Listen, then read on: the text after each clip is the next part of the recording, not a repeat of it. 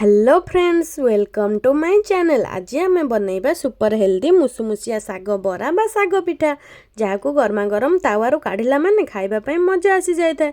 विशेषकर पखाल सहित आउ डायबिटीज पेसेंट को यह बहुत भल होता है।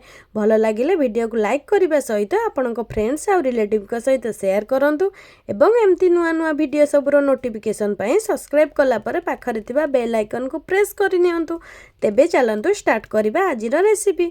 प्रथमे मुझे 2 मुठा प्लेन अरुआ चाउल अधा चामच जीरा और 2टा सुखिला लंका दे गोटे घंटा बतुरे नहीं ताकू पेस्ट करदे। तापर एठी मु गोटे बिडा फ्रेश कोशिला साग को बाछि नहीं जाइछि।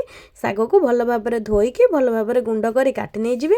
एबे सागरे रसुण छेचा कंचा लंका धनिया पत्र कटा पियाज तापर एथिरे आवश्यक चाउल बटा और 2 चामच बेसन दे देबा। बेसन दबा द्वारा जहाँ भी किछि पानी अंश हमर थाए सागरे ताकू ऑब्जर्व कर नै जाए। ता संग को चाउल हमर बढ़िया क्रिस्पी करि थाए बरा को। एबे सेथिरे अल्प लुण हलदी दे बढ़िया से गोळै नबा। बिल्कुल जेमिति देखु पारुचंती जुकजुकिया हो जाइथिबो सेही भलिया भाबरे हमकु बनै नबार अछि। बरा बा पिठा करिवा पई तावा को गरम करि नै जंती।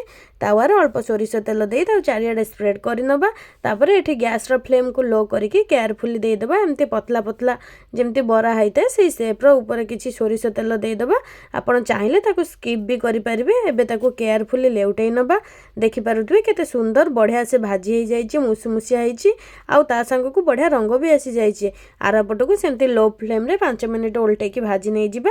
एबे हमर बढ़िया से भाजी हे जाइछि। चाउलर पिठौ जेहेतु आमे देइ जंती बहुत क्रिस्पी देखा जाउछि बराटा। ताकू एमती तावार गरमा गरम काढिबे तो खाइबे खाली एमती खाइ देबे। सोरिष तेल रसुणर बास्ना हल्का राग जेहेतु रहिछि बढ़िया टेस्टी लागि थाए। एई साग बरा को आपण एमती प्रोसेस रे थरे बनांतु आ बनैला परे केमती लागुछि मते कमेंट रे निश्चिंत जणांतु। Thank you.